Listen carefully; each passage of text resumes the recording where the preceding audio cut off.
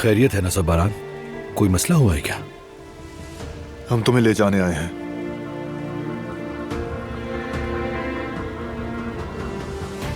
मगर कोई अगर मगर नहीं फराद। जवाहिर वहां आजाद घूम रहा है, इसलिए तुम्हें यहां अकेला नहीं छोड़ सकता।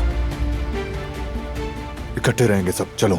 सुनो बारान, तुम बिला वजह मेरे लिए वापस आए। मेरी उस घर में कोई जगह नहीं है।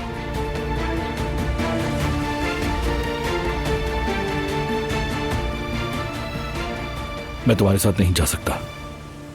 तुम बेफिक्र रहो, मुझे कुछ नहीं होगा।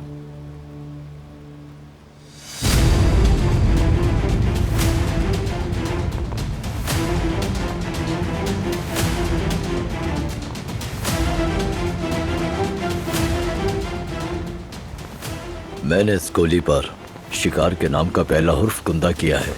इससे निशाना चुकेगा नहीं। बहुत खूब शाहिद। याद दिलाना यही तरकीब इन सब के लिए अपनाएंगे। बाद में कोई ये गिला ना करे कि गोली पर मेरा नाम नहीं लिखा हुआ था।